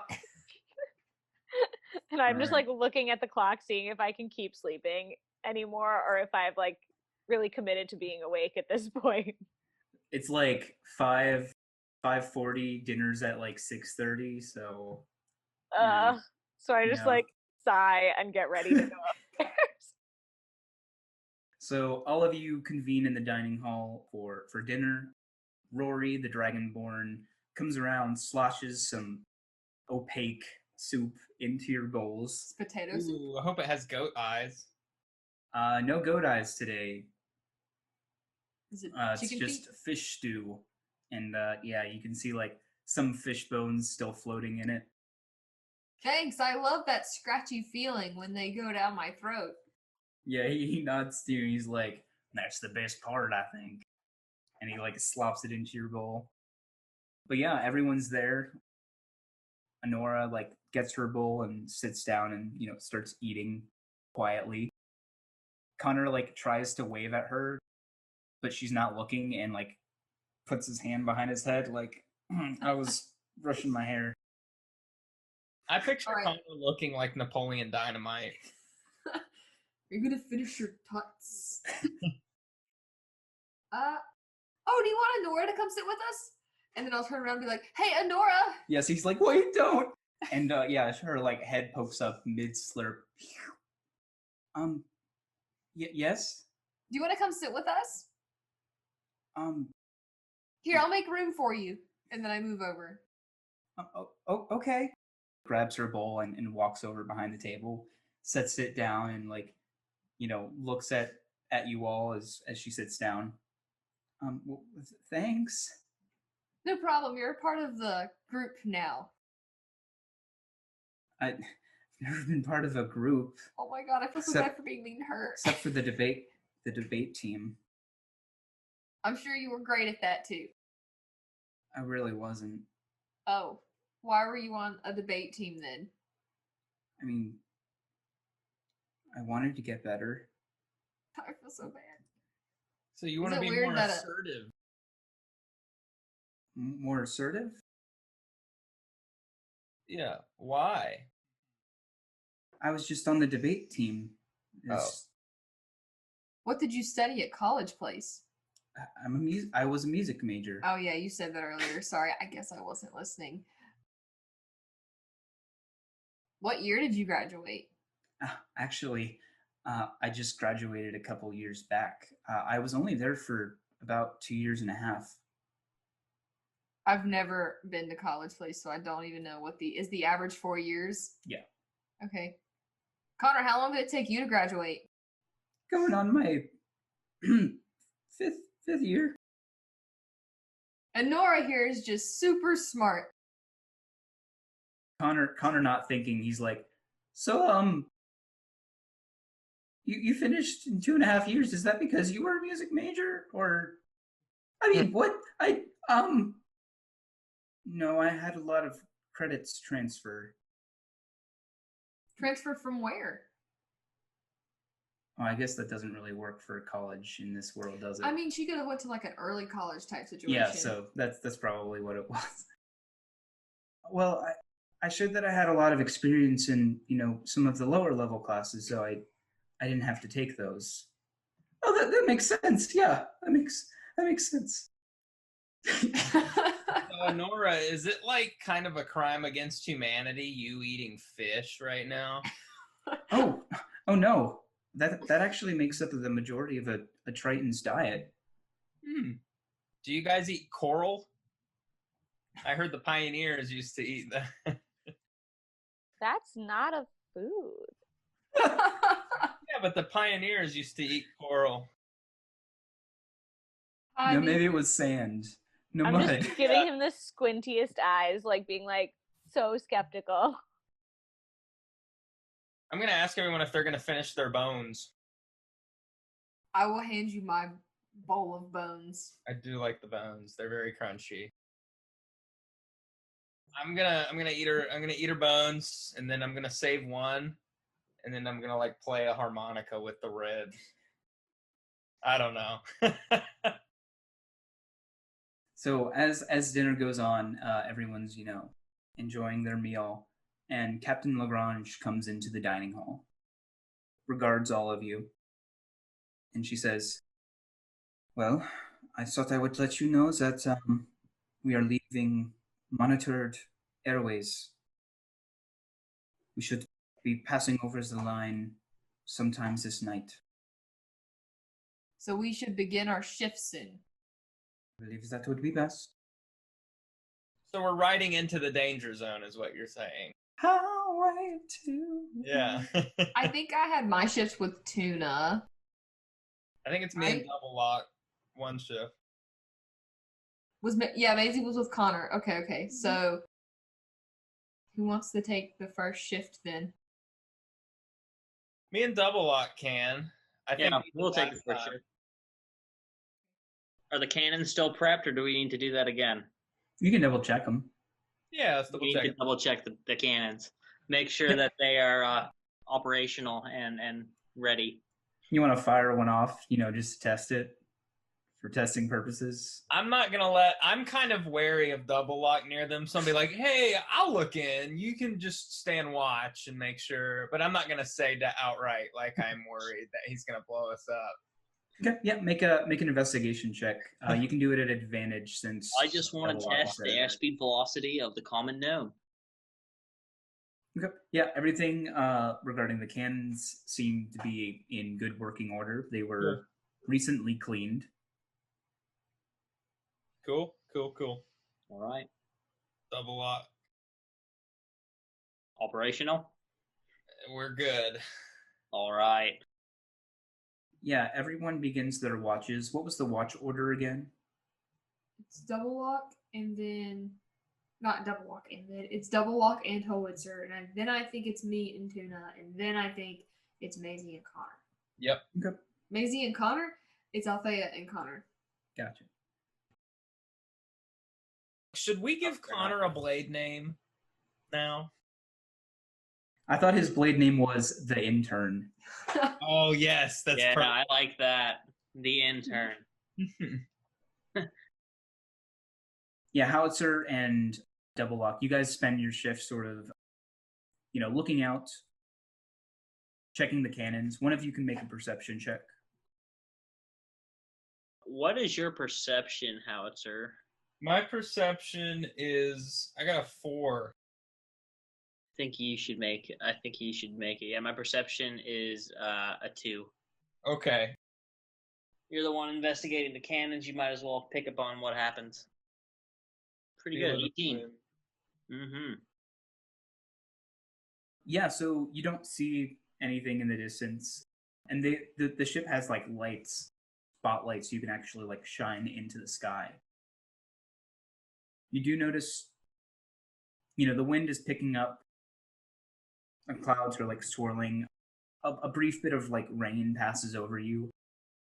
Seems like the sky is like, getting cloudier. That's pretty much it. Not bad. A good shift indeed. All right, who's the next shift? It's me and Tuna. Okay, so you guys have your shift. What do you spend your shift doing? I'm probably sitting outside the door to the cargo, strumming my guitar. I'm doing those, do you remember, from summer camp, those Jacob's Ladder? I'm just sitting there next to her doing the, thing Good. with your fingers. Good. Well, it doesn't really seem like either of you is paying too much attention. Thankfully, nothing happens that you can see on your shift. And who's the last shift? Althea and Connor. Okay, so yeah, smartass, what are you doing on your shift? Pacing back and forth. Okay, where it is dark out, so unfortunately no more sunbathing. Yeah. Can't sun your legs. Are you pacing on the main deck? Yeah, let's do the main deck. And there are some deckhands who are idly doing some nightly chores, like swabbing the deck. And Connor is just kind of looking at the ship it's amazing. Something this big, can actually fly, right? I don't know what to say to that. Okay, yeah. This is the worst pairing. That's why it was funny. But with that, everyone gets their long rest. The morning light comes and shines across the sky, and the new day has begun. So as you guys are going about your business, what is everyone doing around noontime? Is someone getting an afternoon snack? I'm definitely having lunch. Okay. You already know what I'm doing. I'm sunning my legs. I'm taking Double Lock for a walk. Excuse me, I'm taking Sir Licks a lot. I'm taking. Okay. Yeah, I'm taking myself for a walk, if you know what I mean. No, I'm taking Sir Licks a lot for a walk. He has a little leash. Oh. I'm also stopping by the cook's area to get another Brussels sprout for the day. Gotta eat his veggies, stay healthy.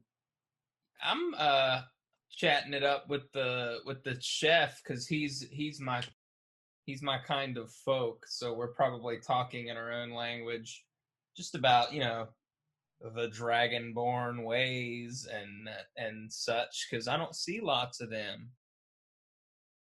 So as you guys are going about your business around 12:30ish, you all notice something absent that you might not have noticed at first, but it's the fact that this has been persistent throughout your entire trip on the boat.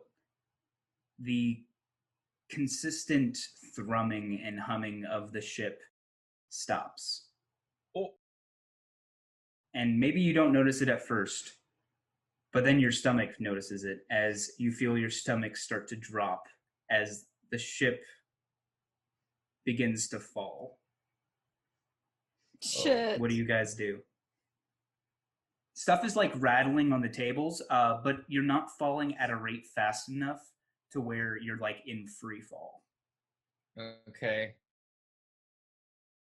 Sorry, I'm gonna run to a window and just look out, I guess.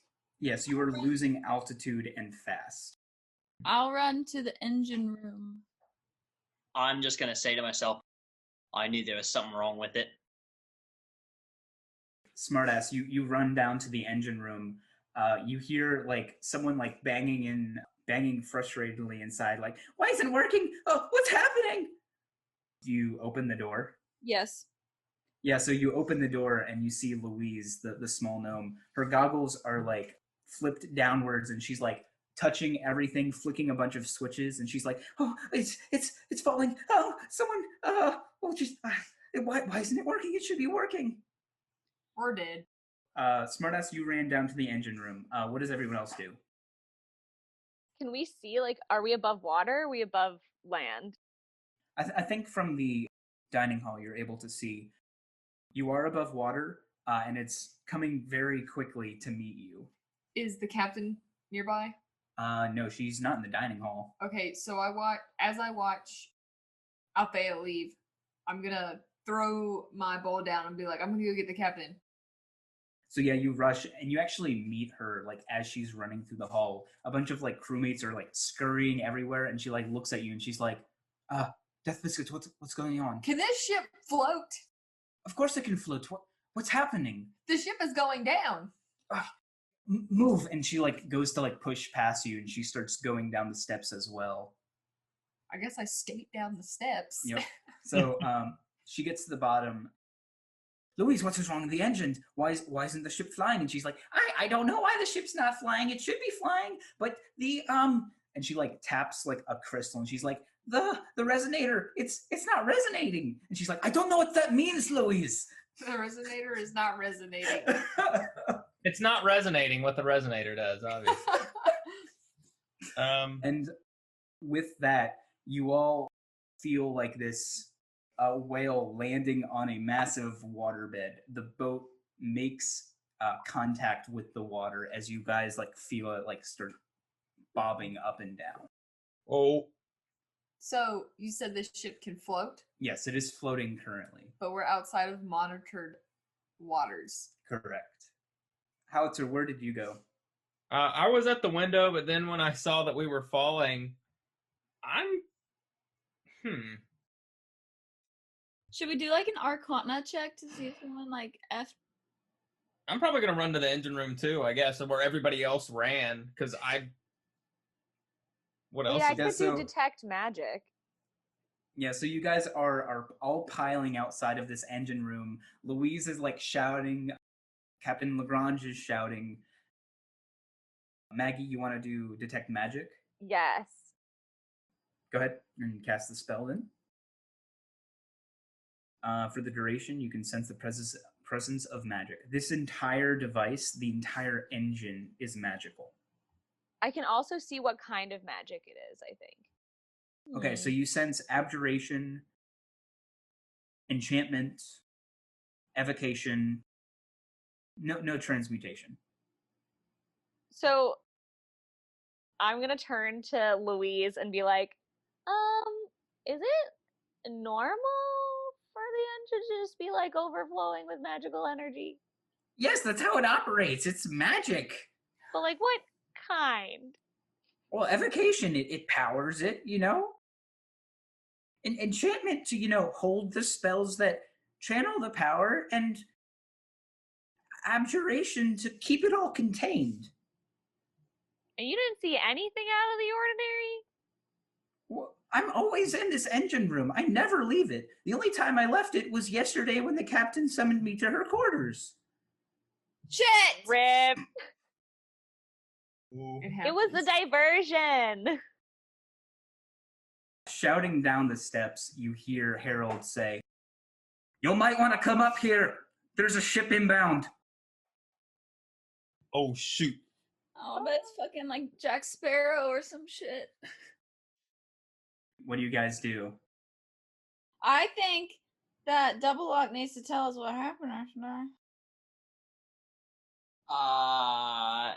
What are you guys doing? Come on. I'm going to cock my gun and run up the stairs with Harold.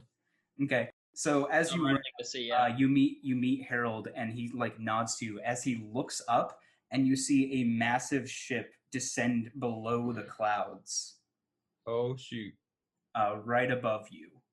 Are the cannons ready to fire? They're ready to go? Because this is the time. Oh, can the cannons point up like that? Nope. Nope. They can only go like, they can't go up that high, can they? Huh. Mm-mm. What if like they were spurred forward by a very strong wind? What if they were picked up? What do you mean picked up? Well, if I like wild shape into a gorilla or something, couldn't I pick it up? No, it's mounted to the ship.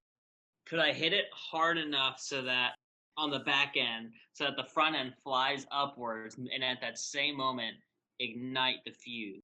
So it does tilt up about like 60 degrees, but this ship is directly above you. Then we need to move away from it. It would be nice if you could. Oh, the engine's not working, bruh. Is it hostile towards us? I mean, you don't know. The ship is still coming down. Do we see any marking? You actually do see a marking. A pirate flag. And it's hard to kind of like see from this angle, but on the side you can see like the symbol of an eye, and then it's got like a slash through it. The Illuminati. See no evil. So what is everyone doing?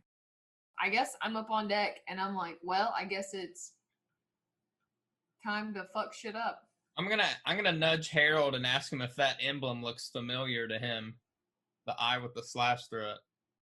He shakes his head and he's like, never seen anything like that before. Can I do a what? History? Yeah, I'm old, remember? It's gonna be a hard history check, but go ahead. Right, anyway. 14 doesn't get it. Could I try 24? So why does Seth know what this ship is? I know how you would have known about this ship. How? So passing through the skyport, you heard it mentioned very briefly. There were people who were spooked, basically. They swear they caught glimpse of the basilisk. Oh. And that is the name of this ship. The Flying Dutchman? No, it's called the basilisk. I am gonna look at everyone and say, I think we got a fight on our hands, because this is the basilisk. Start shouting, it's the basilisk! I think that is a good place to end today's session.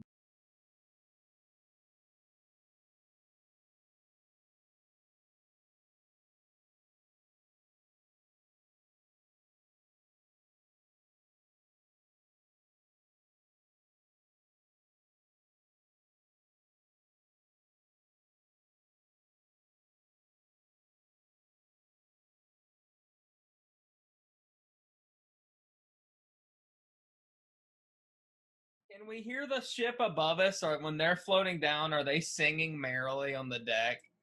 Like, yo, We will get to what they're doing next time. I imagine the Phantom of the Opera music playing.